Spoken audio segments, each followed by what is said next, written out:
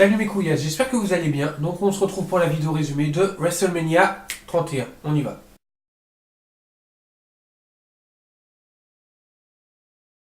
Alors déjà, on va passer le pré-show assez rapidement, tout simplement parce qu'en fait je ne l'ai pas vu, je l'ai regardé sur AB1, donc cela n'était pas diffusé. Donc le pré-show qui a vu pour le match pour les titres par équipe, Tyson Kidd et Cesaro ont conservé leur ceinture, et pour la bataille royale André le Géant, le Big Show a remporté la bataille royale avec une finale contre Ryback. Alors ensuite, nous entrons dans la carte officielle, donc avec le match opener qui était le match donc, pour le titre intercontinental, le match ladder qui a vu s'affronter donc Daniel Bryan, Bad News Barrett, Stardust, Luke Harper, R-Truth, Dean Ambrose et Dolph Ziggler dans un ladder match comme je le disais. Donc je noterai ce match parfait pour donner le ton du pay-per-view, c'est-à-dire que le pay-per-view avec un match comme ça, on va dire, a débuté sur les chapeaux de roue, a débuté avec un rythme rapide, c'est parti direct en couille, j'ai envie de dire. Ça a vraiment mis l'ambiance, voilà, c'est ce que j'ai marqué. J'ai marqué démarrons le show avec un rythme effréné. Les 7 athlètes sont surexcités, c'est-à-dire que les 7 athlètes étaient réellement en forme et nous ont offert quelque chose de vraiment très bien. Et donc j'ai noté quelques petites actions sympathiques, notamment la powerbomb de Luke Harper sur Dean Ambrose à l'extérieur du ring à travers une échelle. D'ailleurs, il me semble que c'est la dernière fois qu'on a vu Dean Ambrose, après on l'a plus vu du match. On a eu une petite, pas mal de duels Ambrose-Luke Harper dans le match. Et à la fin du match, donc on a Daniel Bryan et Dolph Ziggler qui se font face en haut d'une échelle, de l'échelle, donc pour aller chercher le titre. Ça se met des coups de boule en série. Bom, bom, bom, bom. Et au final, c'est Dolph Ziggler qui cède. Et donc Daniel Bryan récupère le titre et devient donc le nouveau champion intercontinental pour la plus grande joie des fans et peut-être même de vous.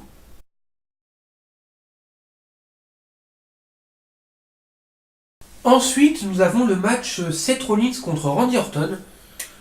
Pareil, j'étais assez surpris de le voir dès maintenant, mais j'ai envie de dire que ce n'est pas plus mal parce que comme ça, on n'a pas continué, on va dire, avec un faux rythme.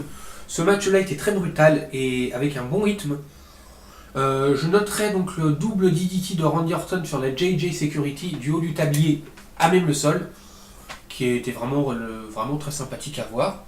Randy Orton en grande forme avec son slip rouge, j'ai trouvé ça original de le voir changer de slip. Oui, je sais, j'ai que ça à regarder pendant mes matchs. Je suis un vieux pervers. Je plaisante. Et donc j'ai noté également le moonsault de Seth Rollins sur Randy Orton qui était à l'extérieur du ring, qui était vraiment très bien réalisé. Ça m'a rappelé un petit peu l'époque Cruiserweight, et puis c'est du vintage de Seth Rollins. Hein. Depuis qu'il est dans l'autorité, qu'il a fait son heel turn, c'est vrai qu'il est peut-être un peu mis en valeur en tant que opportuniste, pourri, etc. Mais il ne faut pas oublier que Seth Rollins c'est quand même un grand catcheur et un très très bon athlète. Donc à la fin du match, on a Randy Orton qui contre le Kurt Stomp de Seth Rollins, qui le transforme en RKO. La façon dont il le contre est tout à fait incroyable, et gagne le match là-dessus. Donc j'ai noté au final un bon match à voir. Donc à voir si vous ne l'avez pas vu. Pour le titre intercontinental, pareillement, j'ai noté un match super. Je ne l'ai pas précisé à la fin parce que je l'avais déjà dit pendant l'argumentation. Ma gueule, si t'es pas content, je t'emmerde. Je t'aime. Je rigole. Alors oui, victoire de Randy Orton.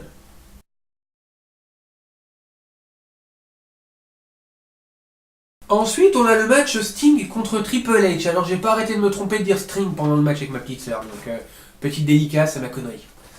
Alors, l'entrée de Sting en live, jouée par des musiciens japonais vraiment très très sympathiques. L'entrée de Triple H en mode Terminator, je vais être honnête avec vous, je l'ai trouvé sympa jusqu'à ce qu'il arrive.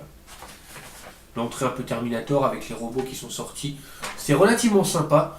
Mais alors, quand il est entré avec son truc sur la tête, j'ai trouvé ça vraiment moyen. C'était un peu. J'ai pas aimé. Voilà. Autant l'entrée l'année dernière était superbe. Quand il est arrivé, ça faisait vraiment quelque chose de sympa en mode vraiment roi. Là, il s'est pointé avec son espèce de jouet enfin son espèce de déguisement Terminator. J'ai fait. Ouais, j'étais un peu déçu, je dois avouer. Je m'attendais à vraiment quand j'avais vu une rumeur Triple H entrée de Terminator, je me suis dit. Je connais les entrées de Triple H, ça aura vraiment de la gueule. L'entrée en elle-même a eu de la gueule, mais alors le truc que portait Triple H, j'ai trouvé pas top. Donc le match est brutal. Pardon, excusez-moi. Le début de match nous offre un rythme plutôt lent, mais constant. C'est-à-dire que le rythme Il n'est pas rapide, il est assez lent, mais il n'y a pas de faux rythme, il n'y a pas de trou, de machin. Le rythme reste globalement le même, ce qui est quand même plaisant à voir. On a un moment quand même au match, qui je pense que ça va être un des moments de légende de cette année, un moment de légende de WrestleMania et de la soirée. On a DX qui arrive pour intervenir en faveur de Triple H. Puis, un peu plus tard, on a la NW qui se pointe en faveur de Sting. Donc ça nous fait vraiment la guerre WWE, WCW. C'était vraiment très sympa à voir pour les fans, on va dire, de longue date, même les fans récents, j'ai envie de dire, c'est plus les fans de longue date qui connaissent un peu le contexte du truc. C'était vraiment très plaisant à voir. Et donc à la fin du match, eh ben, on a un retour quand même il était dans la DX, mais bon, Shawn Michaels qui intervient en mettant un switching music à Sting. Et donc à la fin, on a Triple H qui surprend Sting avec un coup de sledgehammer et qui gagne le match comme ça. Donc ça fait vraiment le côté guerre WWE WCW, et donc pour faire la victoire de Triple H en tant qu'en fait la WWE a gagné sur la WCW. Et à la fin, on a quand même une poignée de main respectueuse de Triple H à Sting, qui est quand même quelque chose de, même en tant que c'est un peu le heel suprême de la WWE, Triple H, de voir la poignée de main et ce signe de respect, j'ai trouvé ça vraiment sympathique à voir.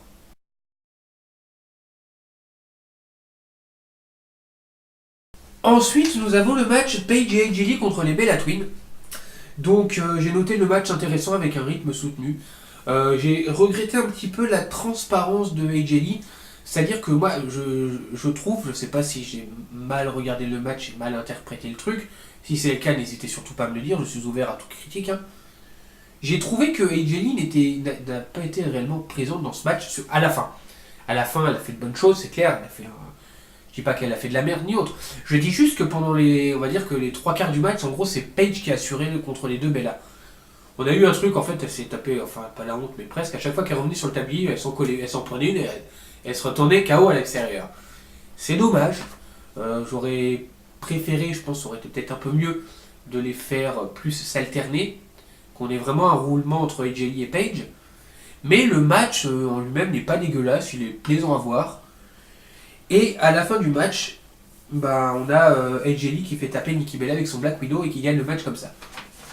Donc match sympathique au final, malgré encore une fois, oui, la transparence de AJ Lee que j'ai trouvé regrettable.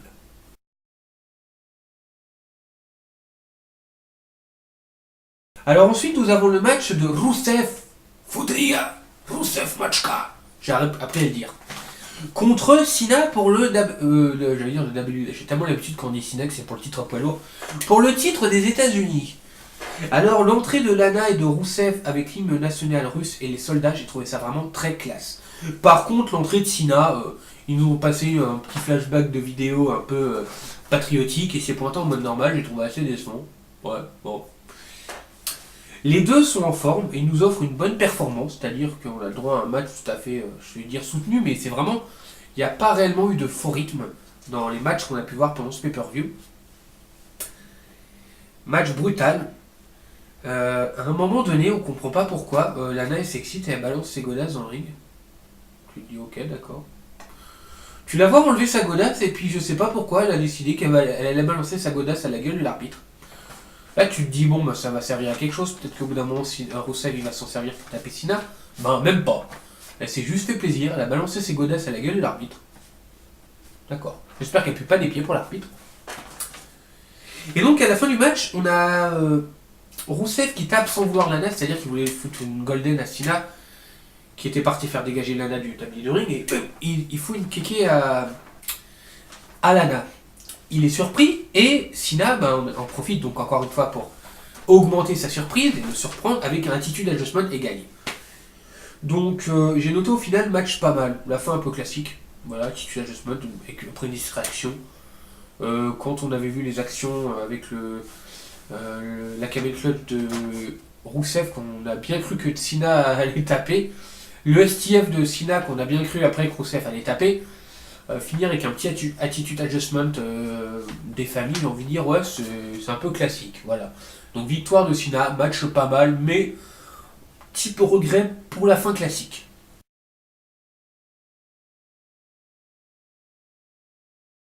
Alors ensuite, mes chers biatchs, oui c'est Josette. Nous avons un segment avec Triple H et Stephanie McMahon en tant que l'autorité. Qu'ils arrivent sur le ring. Et qu'est-ce qu'ils disent là? Ils se font un speech, se faisant eux-mêmes des fleurs parce qu'ils disent que sans eux, aucun fan serait là. Et sans eux, le business et le catch n'en seraient pas là aujourd'hui. Alors tout d'un coup, il y a The Rock qui arrive, un bon monsieur avec des gros pectoraux. Mais on sait tous que c'est Josette la plus belle. Hein, c'est Josette la plus belle. Dis-le que c'est moi la plus belle. Sinon je te retrouve et je te viole. Alors oui, The Rock arrive tranquille en mode BG avec ses pecs en affaire. Il commence à faire chier l'autorité. Stephanie McMahon et Triple H sont les insultants et en se foutant de leur gueule. Stephanie McMahon s'énerve, utilise sa position de patronne à la WWE pour dire à The Rock de dégager chez lui. Alors tout d'un coup, The Rock il sort du ring normal, pépère, et puis il tourne en mode normal. Oh, qu'est-ce que je vois à côté de moi? Ronda Rousey, la meuf la plus puissante de l'UFC actuellement, ou du MMA, je sais plus trop, puis je m'en bats les couilles, parce qu'on sait tous que c'est Josette la meilleure. On s'en fout du reste, hein. Dites-le que vous vous en foutez du reste, sinon je vous retrouve et je vous viole. Bon alors, on a ensuite un petit clash entre Triple H et The Rock, et Stephanie McMahon et Ronda Rousey. Et là, le seul truc qui me vient à l'esprit, c'est que ce clash entre Stephanie McMahon et Ronda Rousey aurait été tellement plus attractif si on y avait ajouté Josette. Josette leur aurait montré c'est quoi une vraie femme dominante. Oui, Josette. Alors on a Ronda Rousey qui a fait une clé de bras chelou à Stephanie McMahon et qui s'est barrée du ring avec Triple H en mode la queue entre les jambes. C'est génial, mais Josette est la plus belle. Alors oui, Josette a trouvé ce segment pas terrible, hein. Donc je me faisais chier, donc j'étais regarder un petit film de boule sur YouPorn. Oui, Josette.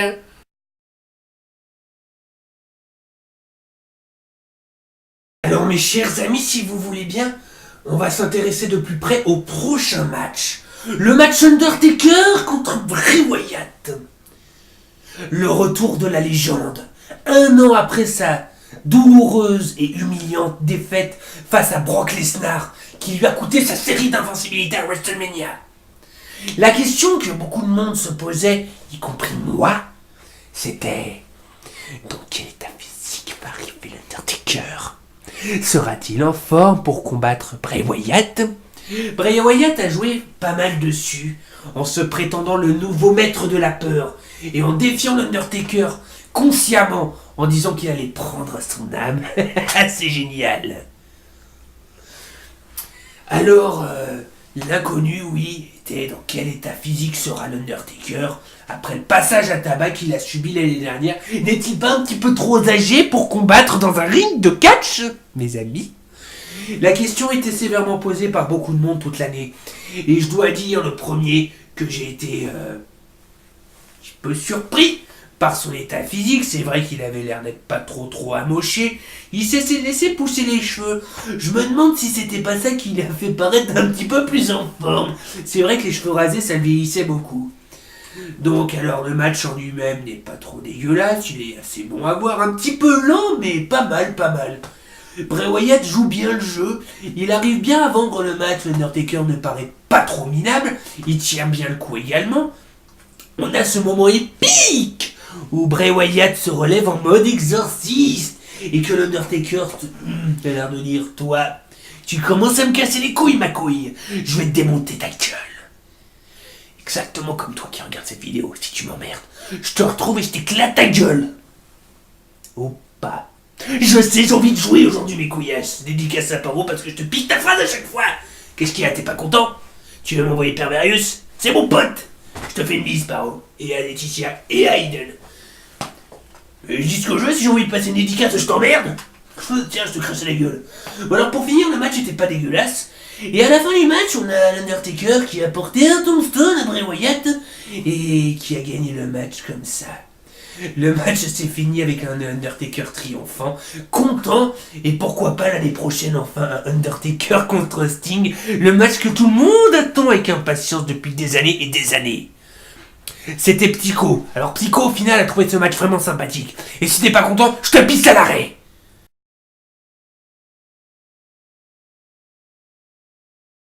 Et pour finir, le main event, Roman Reigns contre Brock Lesnar pour le WWE World Heavyweight Championship. Le match commence très rapidement et Roman Reigns se prend au bout de 2 minutes un F5 dans la gueule. Là tu dis, bis repetitas, on va faire un retour en arrière il y a 6 mois, on prend le DVD, on remet... Ça me rappelle un petit peu Lesnar contre Cena. Bah, la conjoncture de ce match, oui, me rappelle bizarrement John Cena contre Brock Lesnar à SummerSlam de l'an passé. Roman Reigns s'est pris un nombre incalculable de souplesse. J'ai pas compté, mais c'était pas très loin des 16, si ça les a pas atteints. Lesnar qui a résisté à... Oui, Reigns a pris très cher pendant ce match. Lesnar qui résiste à 3 Superman Punch d'affilée et 2 Spears de Brock Lesnar d'affilée. Donc en gros il s'est bouffé 3 Superman Punch et 2 Spears, il a résisté à ça. Et quand Lesnar contre le 3ème Spear avec un F5, les deux sont KO au milieu du ring. Oh my god! Seth Rollins. Je sais, je fais un cri chelou, mais c'est pour dire enfin quelque chose d'intéressant dans ce match, quoi, parce que il était sympathique, relativement bourrin. Mais ouais, c'était du Cena contre Brock Lesnar un petit peu répétitas. C'était bien à voir, c'était mieux, je veux dire. C'était pour ceux qui n'aiment pas Roman Reigns, ils se sont fait plaisir pendant ce match, hein, parce qu'il s'est fait relativement enculer à sec, le pauvre bonhomme. Hein. C'est génial, quoi, non. Sérieusement, le match était sympa, mais j'avoue que quand j'ai vu Seth Rollins arriver avec sa musique, ça fait tellement longtemps qu'on attend que monsieur vienne cacher. Oui, parce que monsieur est venu cacher, je te spoil ma couille. Non, sérieusement. Ça fait tellement longtemps qu'on attend qu'ils viennent cacher qu'on se dit enfin, il se bouge le cul. Dieu existe. Non, sérieusement, il s'est amené, il a caché sa manette en plein match, ce qui prouve qu'il a des couilles quand même. Il aurait pu attendre la fin du match. Hein. Non, il l'a fait pendant. Il a dit bon, on va en profiter. Il porte un curse stomp à Brock Lesnar. Il essaye d'en porter un deuxième. Brock Lesnar le chope sur ses épaules pour dire espèce de gros bâtard de merde, je vais te faire un F5 dans la gueule, tu vas pas t'en relever, Coco. Roman Reigns, pendant que Lesnar a Seth Rollins sur les épaules, Roman Reigns fait un spear, la tour infernale, bim, tout se casse la gueule. Seth Rollins, ça va, il a pas pris spear dans la gueule, donc Brock Lesnar, il dégage du ring. Et avant que Roman Reigns se relève, Roman Reigns se prend un joyeux Kurt Stomp sur le coin de la gueule.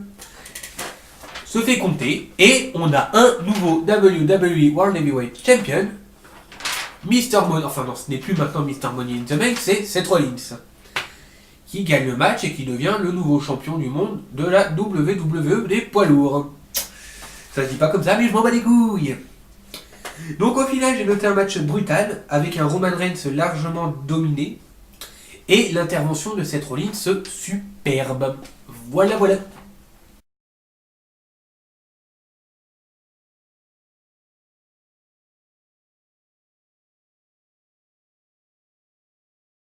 Et donc, mes couillasses, je finirai cette vidéo avachie à mon bureau comme une grosse salope, en vous exprimant mes avis les plus et les moins de ce pay-per-view et les avis donc de la communauté de fans de catch qui ont accepté de répondre au petit sondage que j'ai laissé. Donc je vais commencer avec mes propres impressions. Donc les plus du pay-per-view, j'ai noté le clash DX contre NW avec un retour de HBK qui était juste excellent. Le ladder match pour le titre intercontinental qui était magnifique. Le cash de Seth Rollins, enfin, et la qualité globale des matchs qui était... Il n'y a aucun match mauvais, j'ai trouvé que tous les matchs au niveau qualité étaient vraiment très sympathiques. Au niveau des moins, la fin du match Rusev-Cena que j'ai noté encore trop classique, je m'attendais à peut-être plus de rebondissements en fin de match. La transparence de AJ Lee dans son match, j'aurais aimé l'avoir un peu plus présente. Et le clash... Rock, Ronda Rousey, je sais pas trop comment on dit, et Triple H et Stéphanie, donc le clash de contre deux, qui ne m'a, je vais être franc avec vous, qui ne m'a pas réellement plu, quoi. Je veux être franc avec vous, j'ai regardé le pay-per-view hier soir, je suis arrivé au clash Rock Ronda contre Stéphanie et Triple H, il était à peu près 21h30, j'ai regardé après le boulot. J'étais un peu fatigué et je dois vous avouer que je me suis forcé de pas zapper le truc, quoi. Juste pour voir Ronda foutre une trempe à Stéphanie, mais honnêtement, le segment, bon, il aurait pu avoir mieux, quoi. Moi, j'ai pas réellement. Ça ne m'a pas convaincu. Voilà, après, chacun vos avis, hein, si vous avez trouvé ce segment génial. Je dis pas que c'était de la merde, hein. Je dis juste que moi, personnellement, pour ma part, il ne m'a pas convaincu plus que ça. Voilà. Et donc, pour finir, l'avis de la communauté. Anthony Charloton, donc de la chaîne Antoche M, je te fais un big up, ma couillasse, et je te roule une pelle. Ok. Qui me dit un super pay-per-view avec de très bons matchs de haut niveau. Le main event était juste énorme. J'ai adoré revoir l'Undertaker se battre, même si on voit vraiment qu'il n'est plus au top de sa forme. C'est vrai que l'Undertaker n'est plus réellement de ce qu'il était auparavant. J'ai trouvé le match des Divas bon. Le match des Divas était bon, ça c'est sûr. Sinon, les autres matchs ont été très bons aussi. Donc que du positif. Et William Laroche qui me dit super pay-per-view, j'ai adoré le match de l'échelle. Donc apparemment le match de l'échelle a convaincu beaucoup de monde. En même temps, vu la qualité du truc, je vois pas comment il pourrait les voir. Voilà. Donc bah ça va être bon hein, pour ce petit résumé. J'espère que ça vous a plu mes couillasses. Je vous demande pardon si la vidéo est un peu plus longue. C'est vrai que j'avais dit que je ferais un format un peu plus court. Mais malheureusement, WrestleMania, il y a quand même pas mal de choses à dire, pas mal de choses à éclaircir, et surtout pas mal d'argumentation à fournir. Donc j'espère que ce ne sera pas trop long. Sinon, bah, vous regardez tout, sinon je vous défonce votre race, bande de petites salopes de merde. Non, je rigole. Ouais, pour les prochains pay-per-view, j'essaierai vraiment de faire plus court. Mais là, pour WrestleMania, il y avait vraiment des trucs à dire. Donc, surtout que le show était plus long quand même. Donc voilà, donc j'espère que ce pay-per-view globalement vous a plu. Moi, personnellement, c'est mon cas. Donc, je vais vous souhaiter une bonne journée, une bonne soirée. Ça dépend quand vous regardez cette vidéo. Je vous dis à la prochaine pour les prochaines vidéos, que ce soit flashback. WWE Flashback, TNA Flashback et les prochaines vidéos délire avec Psycho, Josette, etc. sur ma propre chaîne. Au passage, je vais faire un gros big up à Paul Marie. Je te fais un big up, ma couillasse. Je te roule une pelle. Allez, ciao, prenez soin de vous, puis bah à la prochaine, mes couillasses.